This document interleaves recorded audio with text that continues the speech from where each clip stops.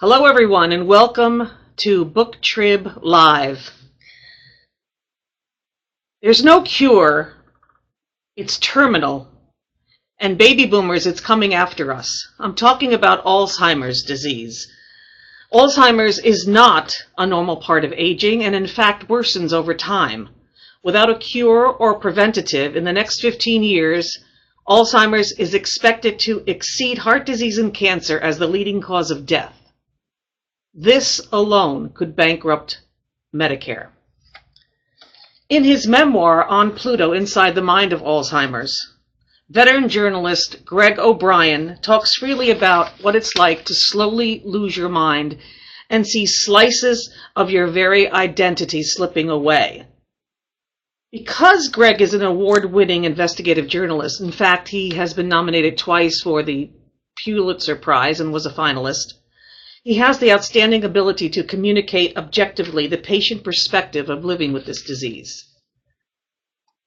In honor of Alzheimer's and the caregivers and the month of November, we have invited Greg to join us today. Greg, thanks for being with us. We're very happy that you're here. Thank you, Carol. Appreciate it. Our first question is from Shelley, and she's asking, what is the one misconception about Alzheimer's that people often mistake for the truth? Well, I think, Carol, one of the biggest misperceptions of Alzheimer's is that Alzheimer's is just the final stage. And that was one of the motivating factors in writing On Pluto, Inside the Mind of Alzheimer's.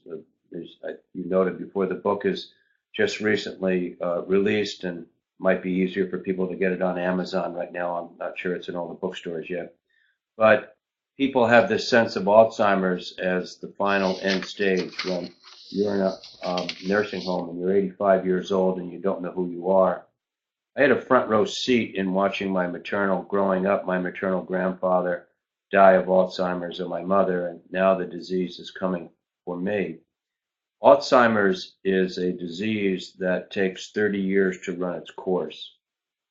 Last night, I was invited up to the Harvard Club in Boston for the 10th anniversary of the Cure Alzheimer's Fund, and some of the top doctors in the world researching Alzheimer's.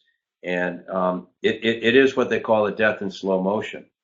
And there are many people in the early and mid stages who are articulate and can speak, but they're horrific symptoms and they're fighting. And these individuals, millions of them, are afraid to talk because of the taboo of Alzheimer's as your grandfather's disease. And what I try to do in On Pluto is to give them a voice. 30%, Carol, of my short-term memory can be gone in 30 seconds. I don't recognize often people that I've known all my life, including my own wife at times. I don't recognize where I am often in familiar places. I see things that aren't there. It's the layman's term is called hallucination. I deal with tremendous rage. I have trouble gauging space or spatial relationships now. All of the textbook symptoms. And this country doesn't seem to, I understand this, but I don't want to be too harsh here. The country doesn't seem to want to respond to Alzheimer's until they see that end stage. And this is a book about living with Alzheimer's, not dying with it. The dying part comes later, but it's a blueprint for baby boomers. And I believe I'm the first investigative reporter embedded inside the mind of Alzheimer's, chronicling the progression of his own disease. And it's a disease that will bankrupt Medicare, and it's going to take the baby boom generation out. I think last night I heard that in short years to come, they anticipate 100 million people worldwide will be affected by this disease. When and what was the first sign of your Alzheimer's? How did you know before it was actually said to you face to face by your doctor? Go ahead. I think the first thing I said to my neurologist, I had a couple of doctors, was, I'm not surprised. And that makes sense to me. Putting a name on the horrific symptoms that I was experiencing, even a name as horrifying as Alzheimer's, was helpful to me because I don't care what your disease is, if it's cancer or ALS or AIDS or depression, any number of autism, horrific diseases. You want to fight an enemy, you got to know that enemy and you got to study it. So, as a journalist, that was useful information for me. Years ago, it was called, I think, hardening of the arteries. So a lot of people think, well, this comes with age, 80-year-olds, 90-year-olds. But it seems that Alzheimer's is hitting not only the baby boomer generation, but people even younger than that. And there is no cure, and it's frightening. I also know from... Go ahead. No, I also know from reading... I'll let you speak. Okay. I know from reading your book that you're not just fighting Alzheimer's, you're fighting another deadly disease. And I know you're using it as an exit strategy. Can you tell our viewers a little bit about what's happening with you? Sure. First of all, again, just trying to correct the misimpression of the stereotype of Alzheimer's. I was at a walk to end Alzheimer's at Gillette Stadium at Patriot Place a couple weeks ago. And I have an association with the New England Patriots because I've been a consultant with them over the years. And they did a wonderful job. Several thousand people turned out, and I was on the stage and was asked to speak. And then we had the walk. I was next to a woman whose son had died of Alzheimer's in his early 30s. And it can take you out that early. That's very unusual. The disease is for usually in your late 50s or early 60s.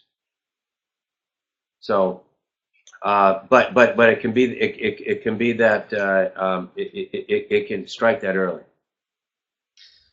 But you are also battling prostate cancer. Tell us about this and why you've chose not to treat it.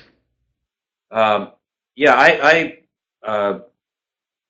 received was almost like I'm waiting for the trifecta, but within 2 weeks I received a diagnosis of Alzheimer's and then prostate cancer, and inheritance is a wonderful thing sometimes, but my dad had prostate cancer and my mother had Alzheimer's, so got to be careful about the hand-me-downs. And I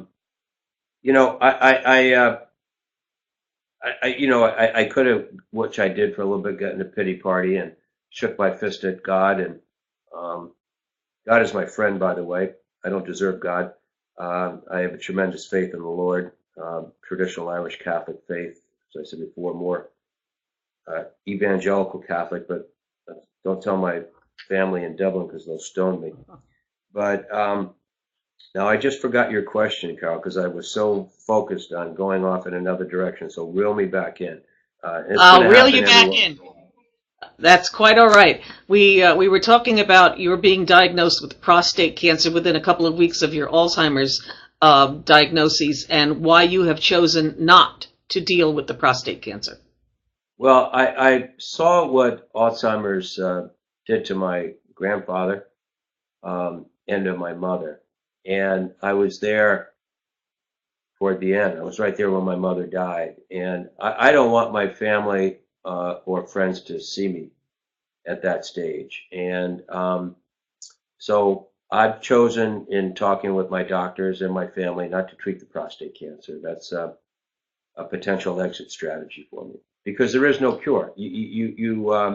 And I want to make it clear, Carol, and anyone who's listening, I don't want a single cent less to be spent on care for cancer in research, or ALS, or AIDS, or autism, or any number of vile diseases.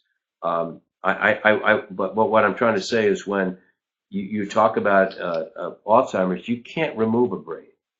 and the numbers are stunning. It will decimate a generation. It's anticipated that cancer and that Alzheimer's, will outstrip cancer and heart disease sevenfold in the next 7 to 10 years. And I just, in looking at it, I said before, there is no cure. That's my exit strategy. You know, I know you and I have talked personally about, of course, not wanting to take away from other diseases that unfortunately they call them the designer diseases because they're the ones that get the most play. The cancer, breast cancer, ALS.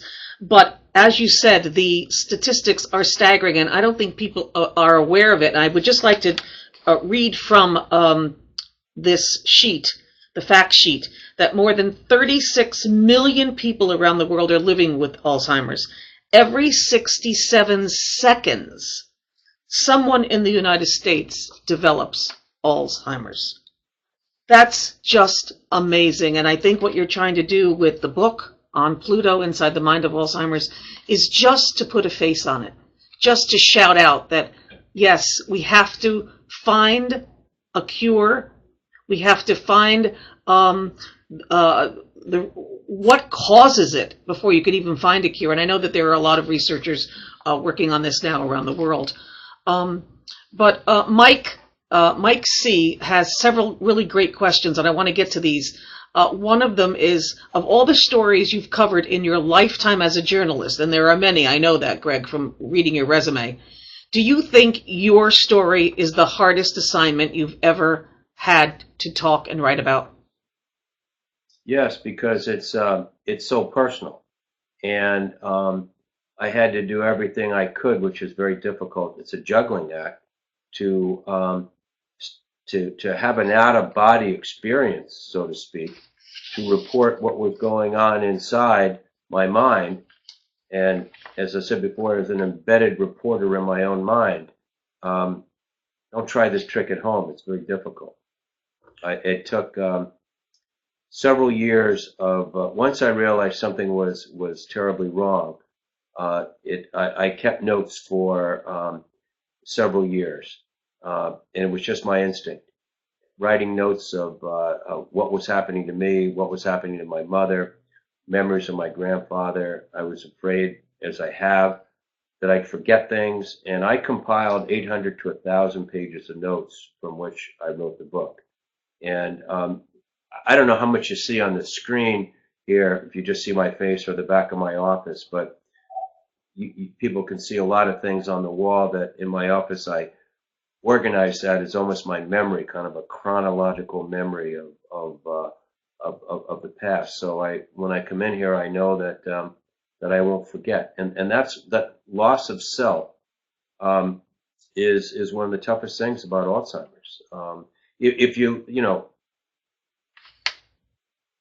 can't survive without a brain. I don't want to go there with other diseases because they're freaking horrific, but you can't take a brain out. Okay, it's next to your soul. It's the essence of who you are. Greg, a lot of people Yes. have asked. They've asked where the title of the book comes from, and I know that as a journalist, you've covered the mafia and had to take your sources out to. I'll let you tell about it because I think it's a fascinating story. But where did you take these sources when you were covering like the mafia and other highly visible, investigative cases? Well, when I was a young reporter at the Arizona Republic many years ago, I covered organized crime, white-collar crime, and the mafia. And when I would go off record with sources, I would tell them, I'm going to take you to a place where no one can hear what is said, and everything stays there. And I was fascinated at the time with the planet Pluto. And so I said, we're going out to Pluto.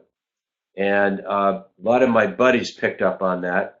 And later on in life, when we go out at night on social occasions and talk about the unmentionables of life that we all talk about, they would say, are we going out to Pluto with this? And I would say, yes, we are.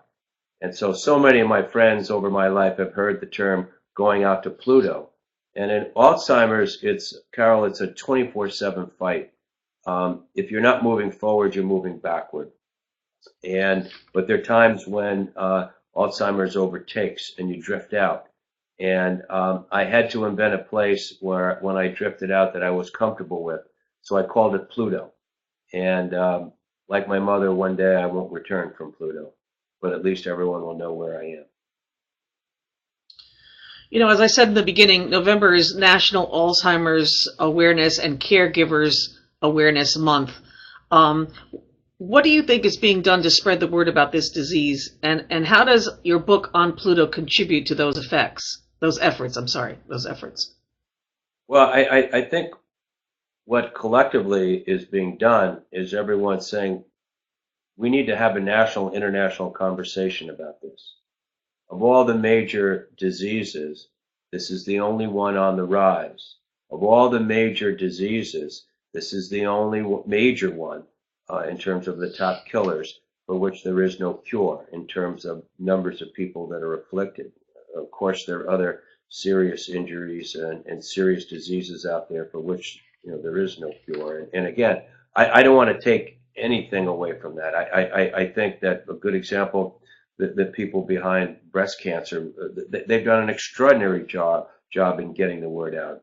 We got to do the same work in Alzheimer's, and they are heroes, as is the ALS and the Ice Bucket Challenge. And you got to be freaking kidding me. I was all over that, and so I honor that, and I don't want anyone to misunderstand what I'm saying.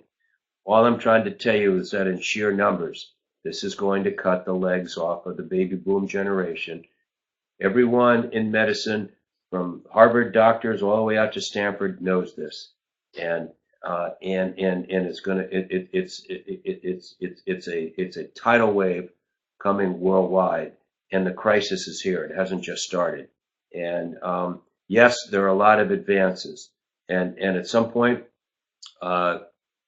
my hope and prayer is that there will be a cure, but that's a ways away. And we need more funding now. We need people stepping up. And I don't like cliches, and I used the word the other day, but someone said, it takes a village, and I'm saying, because I don't like cliches, but man, it takes a village, and it takes a city, and it takes a world to combat this. Greg, I know that you had, before your diagnosis of early onset Alzheimer's, you had a horrific bicycle accident. Yep. Can you tell us a little bit about that? And do you think that it was the cause of unmasking the early onset Alzheimer's for you? Well, with the doctors that told me, I started the symptoms, and again, anyone could go online and look up at the 10 top symptoms of Alzheimer's, and I started experiencing those years before serious head injury, and I was riding a bicycle with no helmet, and was thrown from the bike, hurled 30 feet into the air, and landed on my head. I was able to get my left hand out in front, and when I hit the pavement, the impact of the pavement cut through my knuckles right to the bone, and then my head bounced up, and the second time I hit the pavement. The doctor said if I hadn't got that hand up, we wouldn't be having this conversation right now. It's almost akin to sports injuries, pro football, soccer, multiple hits in the head. They don't cause dementia, but what they can do is they can unmask a disease in the making. And I started the symptoms beforehand. And yesterday with Cure Alzheimer's, I would encourage anyone who wants to know about the funding of Cure Alzheimer's to go on Cure Alzheimer's, ALZ.org, CUREALZ.org. Also, I would totally encourage people to go on for Alzheimer's associations around the country. They are doing extraordinary things in care, and those people are heroes. So I would encourage people reaching out to their local Alzheimer's Association and the National Alzheimer's Association, which is doing a spectacular job on a tough front. You know, Greg, you talk so eloquently about what you're going through, and you haven't been embarrassed or ashamed to discuss the disease with so many people. It's help if anyone reads this book, and I encourage everyone to read this book on Pluto, Inside the Minds of Alzheimer's. Give it to your family members, give it to your doctors, give it to anyone that can read, because this is such an important work that even if you don't think you'll never ever get Alzheimer's, you need to know what this disease is doing to a generation of people. And that leads me to another question, Greg. A lot of us forget why we walked into a room, or where the heck we put our keys, that's me, or glass or our eyeglasses. What is the difference? You've said that a lot, and it's put a smile on my face when you tell me exactly what the difference is between not remembering where you put your keys. Well, the difference in this, in layman's terms, but also been confirmed in discussions with my doctors, there's a difference between losing your car keys and not knowing that you have car keys. There's a difference between not remembering where you parked your car and not knowing that you have a car. A good example is in last summer. Recently, I live on Cape Cod, and we take our trash to the dump. It's a rite of passage, and it's a social event. And I wouldn't be surprised someday if they didn't have restaurants there, because everyone loves to go and talk. That's a joke, Carol, so you could laugh if you want. And so I had discarded my trash, and I was trying to figure out, okay, how do I get home? And I said, wow, I don't have a ride home. I could call my wife, Mary Catherine, I thought, or call one of the kids, or maybe I'll see someone who knows me and drive me home. And I've said before, I drive a yellow freaking Jeep. It was right in front of me, but my brain would not recognize that as my car. And I want to draw you another analogy, which I think works in layman's terms for Alzheimer's. Alzheimer's is like a loose plug in a socket, and think of yourself as sitting down on a nice Saturday night. You're by yourself and you want to read a great book, and you're looking forward to it, and you're sitting in a sofa chair, got a table and a lamp next to you, and the light starts to blink. We've all been there, and you get up and push the plug in, blink some more, you push the plug in, blink some more, you push the plug in. Now you're starting to get a little aggravated. All of a sudden the plug falls out because it's so loose, and you get up and you put the plug back in, and over time it falls out again and again and again, and pretty soon the plug is so loose it can't stay in the socket, and the light goes dark forever. In layman's terms, that's kind of a word picture of which I describe in my book on Pluto. And I said before, it's recently published. It's in bookstores, but maybe if anyone's interested, and that's their decision, not mine, it's available on Amazon. You know, Greg, in all of our chats, you never seem to, like you say, this is no pity party. And you always seem to be able to make me laugh, even when we're talking about this terrible disease. How has faith, humor, and hope contributed to your outlook on living with Alzheimer's? Well, first of all, Carol, I know you're Italian, and the Irish. Be careful. I know. I'm just saying. You know what Irish diplomacy is they told me, that the ability to tell someone to go to hell so they look forward to the trip. So in Alzheimer's, you have certain realities that you got to deal with. And I was just raised this way. Are there times when I'm not as articulate? Yeah, all the time. I get up for this interview like I'm getting up for a pro football game, if I was good enough to play pro football. I basically have said in the book that my brain is it's like an iPhone. I'm not stupid. I just have a disease, and like an iPhone, My brain has a short battery. It breaks down at pocket dials and can get lost easily.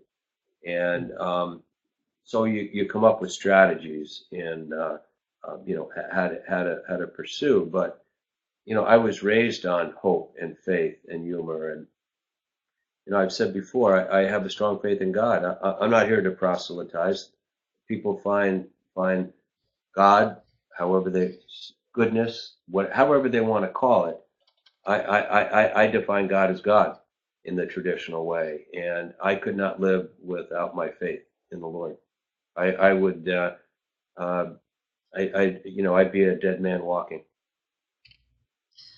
Greg, I know that there's a great part in the book when we're talking about God and faith. Can you tell the viewers the story about you going to the gas station with the flat tire and being so mad and spitting nickels? Because that to me is the essence of the book and of you. If you wouldn't mind sharing that story. Yeah, I was in this office right here, and this was a while back. And, I described Alzheimer's before, in case anyone just joined, as a loose plug in a socket. And sometimes the plug falls out, the light goes dark. It's synapse that's not happening. And I was writing, and the plug fell out. And I didn't know what I was doing, where I was. And I was angry because I knew better. And that's the thing about the early and mid stages of Alzheimer's, particularly the early stage. The rage is intense because you know better. But that synapse can't happen. And it's just dead. It's not happening. It's misfiring. And so I started yelling and screaming at the Lord because I didn't know who else to yell at. I was going to the top. And I was using all sorts of expletives that I can't repeat on an interview.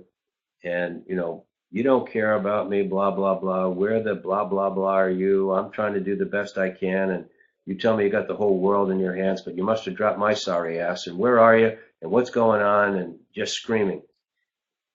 Then I went out and I realized I had an appointment, and the back of my Jeep was flat tire, rear tire. I launched into another Tourette's of swears and blasphemous stuff. I was so angry at God. I was going down on a flat tire to the gas station, and you could hear the thump, the thump, the thump. And I didn't care at that point if I was going to ruin my rims. I was so angry.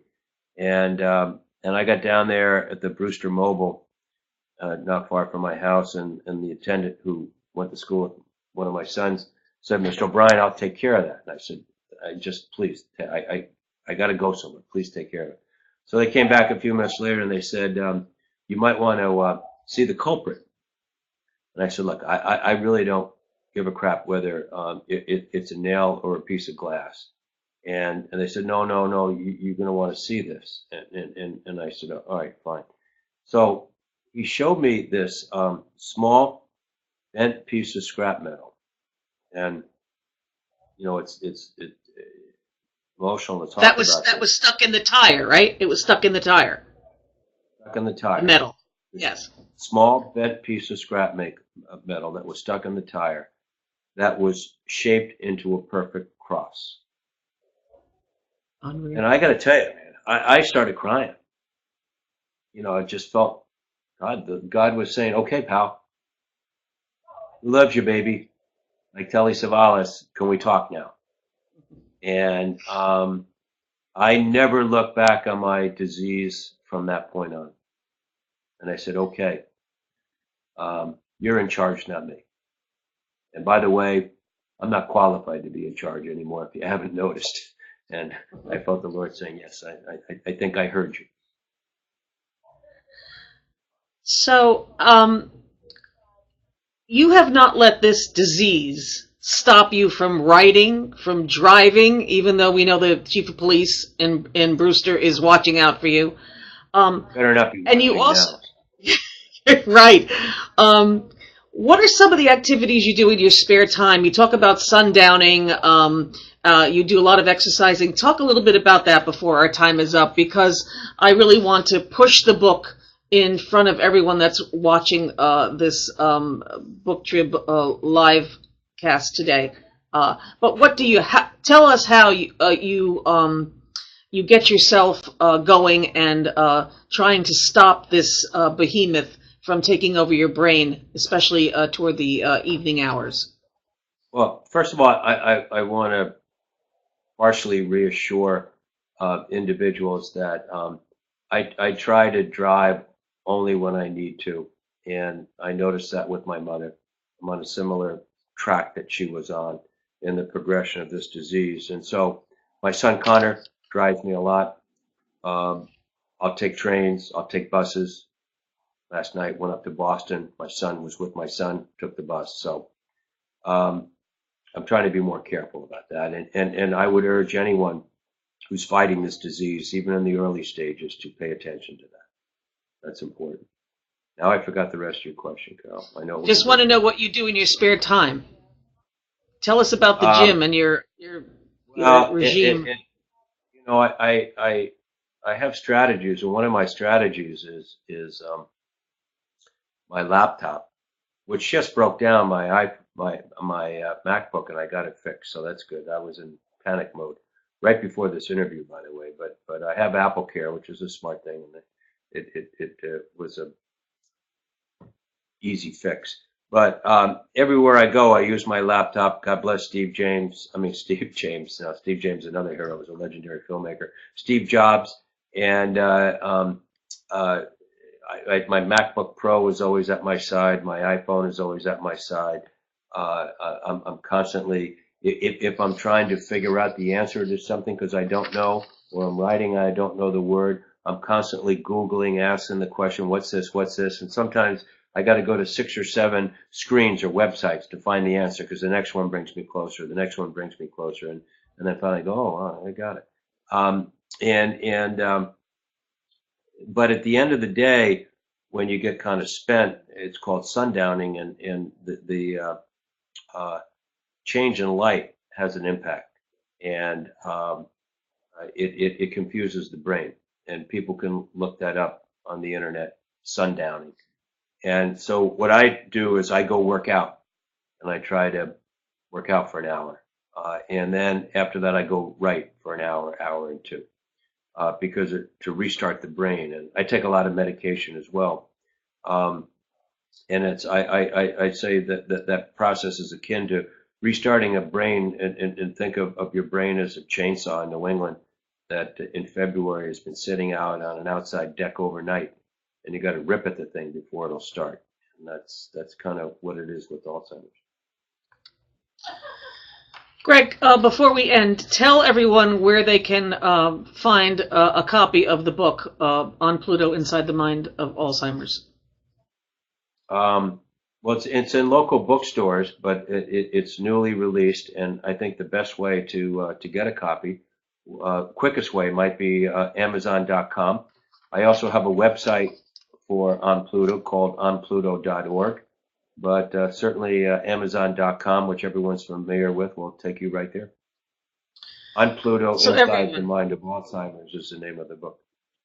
I suggest you run and get a copy of this book, because On Pluto is providing invaluable information to help family, caregivers, healthcare professionals, as well as industry clinical development teams to get an inside glimpse of living with Alzheimer's, and thus better understand and help patients.